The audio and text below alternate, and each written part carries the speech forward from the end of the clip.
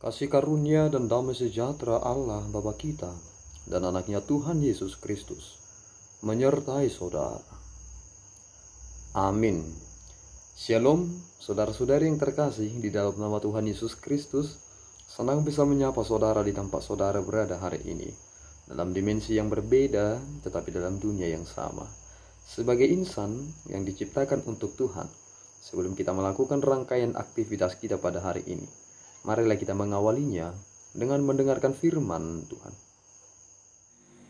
Pembacaan firman Tuhan pada pagi hari ini yang tertulis dari Imamat pasal 19 ayatnya yang ke-15.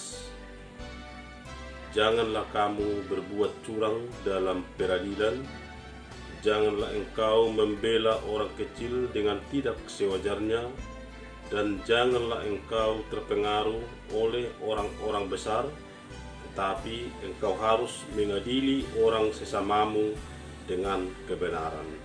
Demikian pembacaan firman Tuhan. Saudara-saudari terkasih di dalam nama Tuhan Yesus Kristus, judul perikop yang kita dengarkan hari ini adalah Kudusnya Hidup. Sebagaimana Tuhan menetapkan sebuah ketetapan yang harus menjadi prinsip hidup oleh orang-orang yang memutuskan perkara.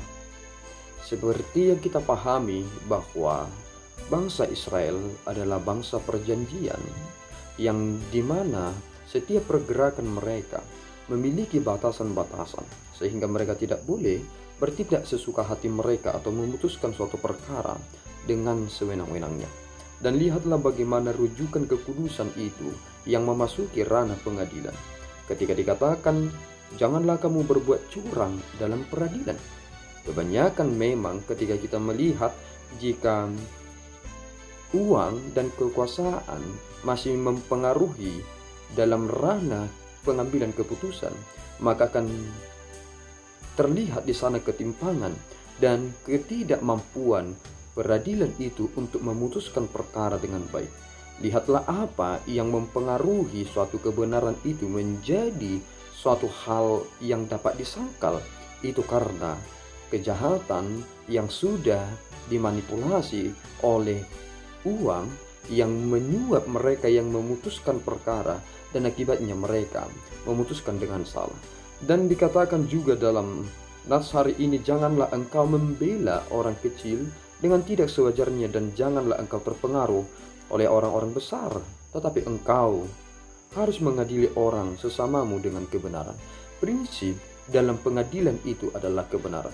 Itu mengapa ketika ada suatu tindakan kejahatan dan harus menjalani proses pemutusan, apakah dia akan mendapatkan hukuman yang berat atau tidak, maka akan ada suatu temuan-temuan. Tidak boleh dengan sembarangan memutuskan dia bersalah, dia tidak bersalah jika tidak ada bukti. Itu mengapa untuk membuktikan suatu kesalahan seseorang membutuhkan hal-hal yang kita sebut dengan istilah sesuatu yang harus digali atau hal yang bersifat forensik. Dan inilah mengapa sangat sulit untuk berkata-kata ketika tidak memiliki rujukan kebenaran. Jika kita memahami posisi ini, sangat sulit untuk memutuskan perkara jika itu hanya bagaikan terka-terkaan. Lihatlah bagaimana hal ini begitu signifikan dinyatakan kepada orang-orang Israel, terlebih kepada para imam, bahwa ternyata ada hal yang ingin melemahkan kebenaran itu, yakni tentang sesuatu yang ada pada diri seseorang itu. Ada orang yang karena merasa iba akhirnya memutuskan perkara dengan perasaannya, dan ada orang karena rasa takutnya kepada orang yang besar menjadikan ia sangat sulit untuk memutuskan perkara dan meloloskan dia. Itulah ketimpangan yang terjadi. Tetapi yang harus menjadi rujukan dalam pengambilan keputusan adalah kebenaran.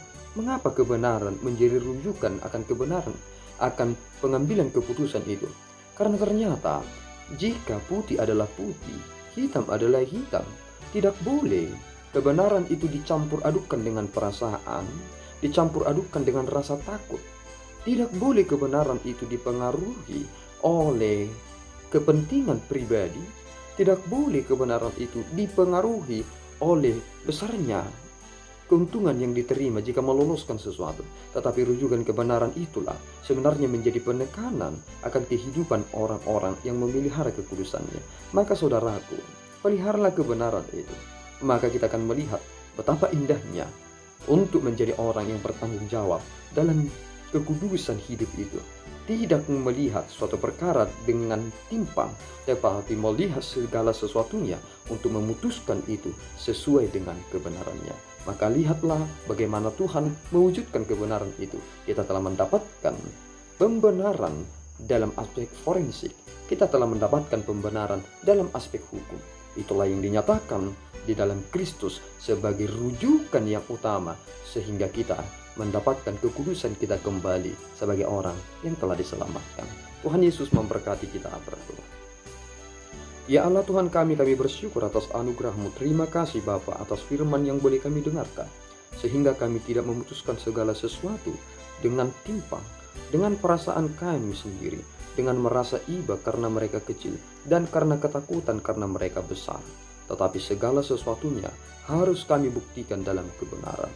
Pelihara kami Bapa sehingga kami dapat memelihara hidup kami yang kudus demi kemuliaan-Mu. Dalam Yesus kami telah berdoa dan mengucap syukur. Anugerah Tuhan kita Yesus Kristus, kasih setia Allah Bapa, dan persekutuan Roh Kudus menyertai saudara. Amin. Tuhan Yesus memberkati.